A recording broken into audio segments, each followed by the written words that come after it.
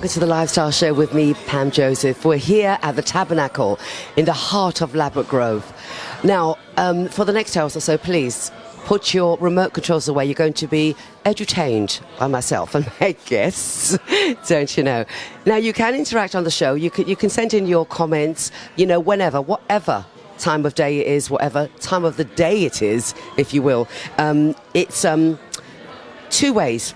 lifestyleonben@hotmail.co.uk or the Facebook page, and that is Lifestyle on Ben. On the Facebook page, Lifestyle on Ben. So you can put your comments there. We can read them out. The following show, we can read them out. So do get involved as well.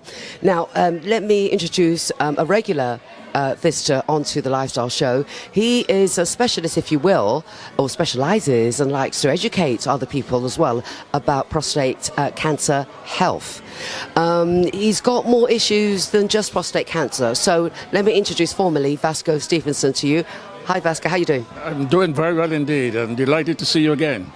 It's not been that long, but I think it's been at least about 6 months or over. 6 months is long. A week is long in politics. 6 months is long in television. And they say 24 hours is long in politics as well, don't they? Yes, absolutely.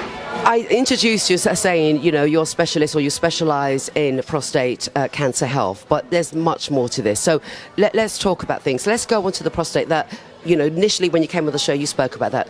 Talk to us about that.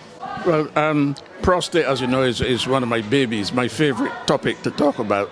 And the reason for this is that a couple of my friends died from it back in the 1980s. And I'm meeting so many men of all ages these days who are suffering from some kind of prostate condition, whether it's an enlarged prostate or whether it's prostate cancer. And that means that we've got to continue putting the information out there in the community to help these men reduce their risk of getting prostate cancer. We can't stop them from getting, the enlarged prostate because that's a hormonal change that takes place. But reducing the risk of getting prostate cancer is what I would like to do. Let's put it that way. We're looking at a lot of younger men as well being diagnosed with prostate cancer. I mean, some years ago, it seemingly was the older sort of gentleman, if you will, but it's getting younger and younger. Talk to us about that. Yeah, well, what is happening is that the younger people have different lifestyles. They're eating differently. Yes, the diet is not conducive to good health, whether it be prostate or the heart or Alzheimer's or what have you, diabetes. And then on top of that, it's loaded with sugar. They're not eating a lot of herbs and spices that would counter any adverse changes that are taking place in the prostate gland. You know, the food is bland, the lifestyle is not conducive to good health, as I said. So obviously, something's got to give. They'll either get serious prostate cancer, or they will listen to people like me, and there are quite a lot of us out there putting out the message, and at some time the penny has got to drop. And when that does, hopefully before they get cancer, they'll start taking remedial measures to improve their prostate health. You say there's a lot of people like you trying to get the message out. I know you have a radio program and you still try and get that out as well. I mean, one of the things that we find is that even black males on a whole, not even just the young ones, but there's also been this thing about a bit of a taboo thing to go to the GP on a regular, and that's still going on. And I think the younger ones have a tendency to think they're, you know, macho man, virile and everything else. So it's kind of hard to try to persuade them. You may be all right, you may be fit, but there's other things that could be going on that you don't know about. Yes. One of my favorite doctors is a fellow called Jonathan Wright. I don't know if he's still alive, but he's written a fantastic book. And he goes against the current paradigm in that he says that the issue with prostate is not the fact that men have high testosterone and the tendency is to reduce that. He thinks that the problem is with the female hormone estrogen. That's his take on it. And there are others now who are coming around to that conclusion as well, albeit without definitive proof, but the evidence is beginning to point in that direction. In that from the time a man reaches the age of 30, his testosterone level starts to drop off by 10% for every 10 years. So by the time he gets to 40, he's 90%, 50, he's 80%. Right. And the question is this. If we're talking here about hormonal balances and imbalances, and if the testosterone is dropping, what is replacing it? It's got to be the female hormone estrogen. Yep. And Dr. Wright and quite a lot of others are saying that that could be the main driver behind prostate cancer. And he actually went on to say, case in point, if testosterone were the problem, all these young men out there who are literally testosterone on two legs would have prostate cancer. And that's a valid point. That's rather serious, though, when you look at it like that. Absolutely, yes. So what we are saying is, to young men who think they're okay, it's not going to happen to me, I'm too young, bear in mind that all these degenerative diseases are showing up in younger and younger people. So from the time a man gets to 30, start thinking, I've got to start, looking at myself, looking at what I'm eating. I mean, even before then, but when it comes to the prostate, I've got to start looking at my diet, my lifestyle, and my sexual habits as well. Yeah? And I've got to start, doing something positive and not sowing my wild oats and gallivanting all over the place. Take proper control of my body, because if you believe this, the body is supposed to be the temple. If we're bioelectrical and spiritual people, then this is the temple. And we've got to keep it in pristine condition. And part of that is eating the right foods and living the right lifestyle. On your radio show recently, you spoke about another form of cancer that is starting, the figures are rising, and this is sort of a throat cancer.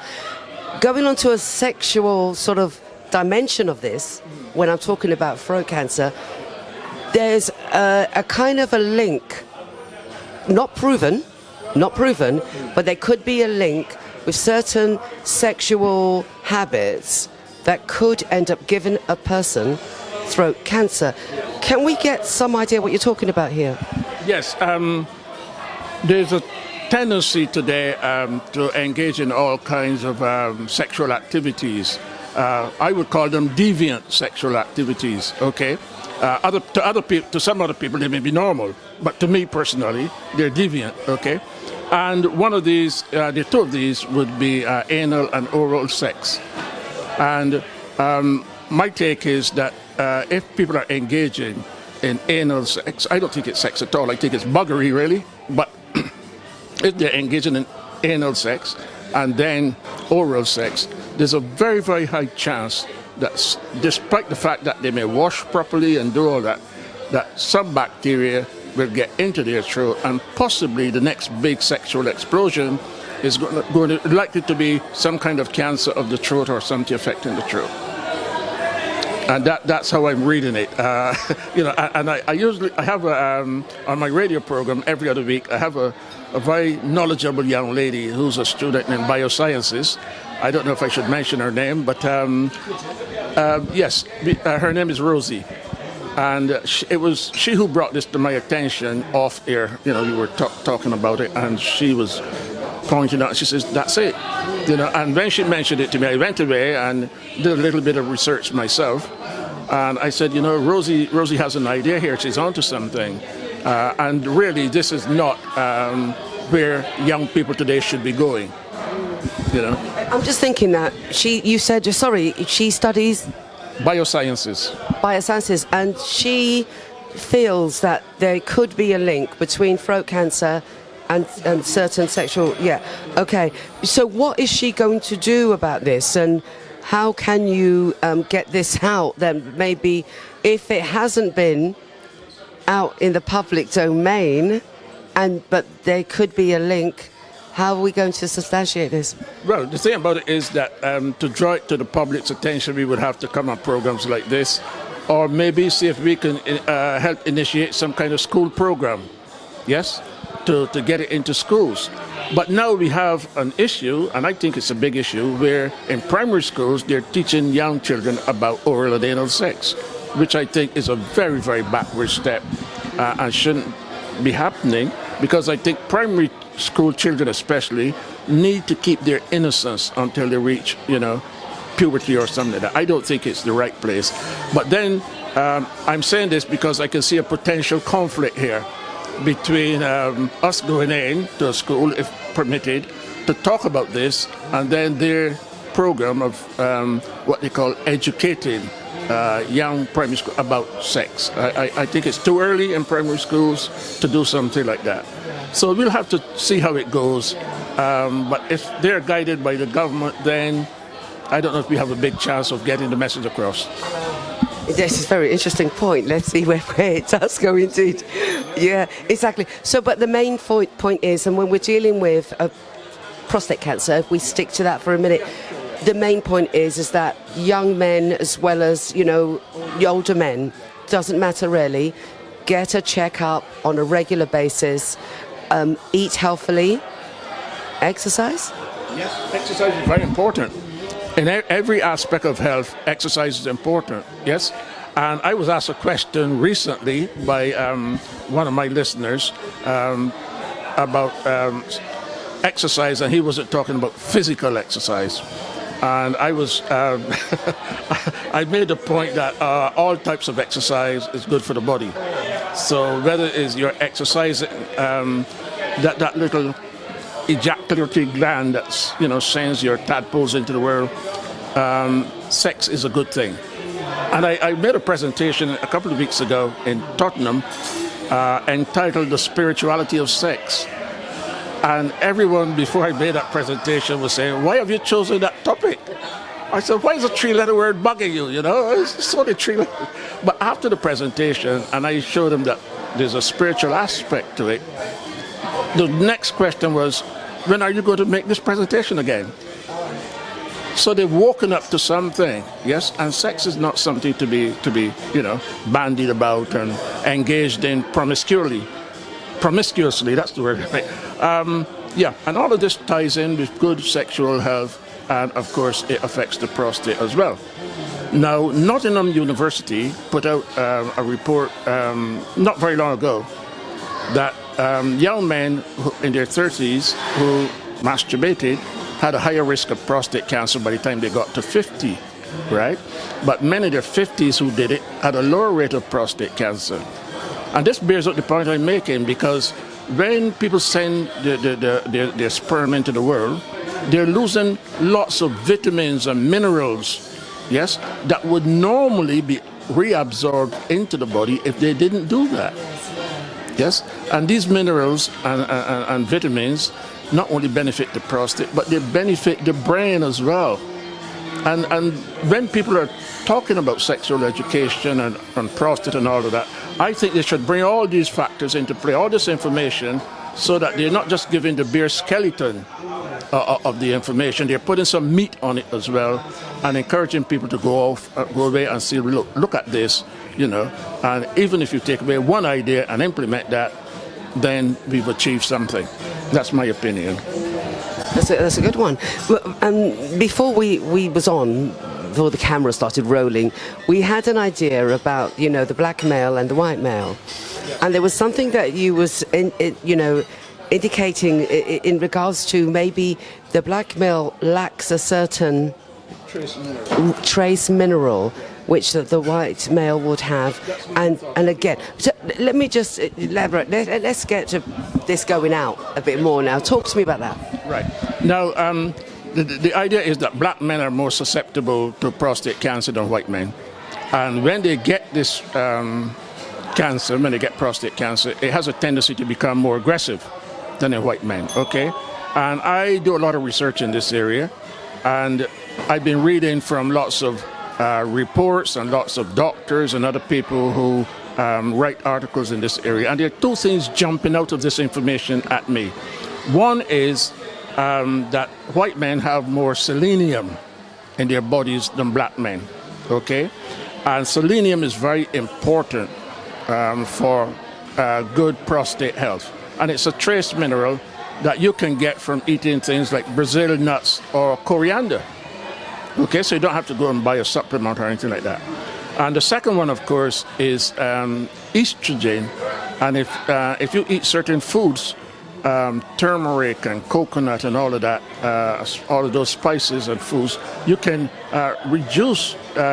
increase your testosterone, but you can also reduce the estrogen in your body as a man going through these hormonal changes by simply doing something so simple you wouldn't believe it. Take a lemon and grate it. Yes, pour some hot water on it and drink the whole thing, including the skin. Apparently, the skin has a compound in it called dilemonine, which is exceptionally good for reducing estrogen in the body. Yep. So if you reduce the estrogen and eat, foods that will increase your testosterone rather than having artificial testosterone, because the evidence is showing that if you have a jab, that's likely to trigger cancer. But if you increase it naturally, yes, that works. Apparently, it seems to do the trick. So this is what the evidence is pointing at. And I'm saying, get this out there, get it out there, and talk to people about it all the time. And you're doing that. You've done this on the show as well. You would always have the time to do it. Vasco, we have to round up. So what I need you to do for our viewers is to talk about your radio program and your website details. They can get more info. Yes. Okay, fine. Thank you. My website is blackhealth.co.uk, and there are lots of fantastic articles on it, even in the archives. My radio program every Sunday morning from 10 to 12 is oneharmonyradio.com. Okay? And I've also now, with some others, including one of my dear friends, Karen Small, and Des Mighty and Kentucky, we have put together a program where we're going to try to raise awareness about all the diseases that afflict our community. And that website is focushealthylife.com. And you can go there and get a taste by selecting About Us, and then there's a short video introducing us to you and telling you what we do. So we're trying to get the word up there as best we can. And you're doing a good job. Thank you ever so much, Vasco. I'll see you soon, won't I? Within the next 6 months. We're going to go for a short break now. A short break. We'll see you soon.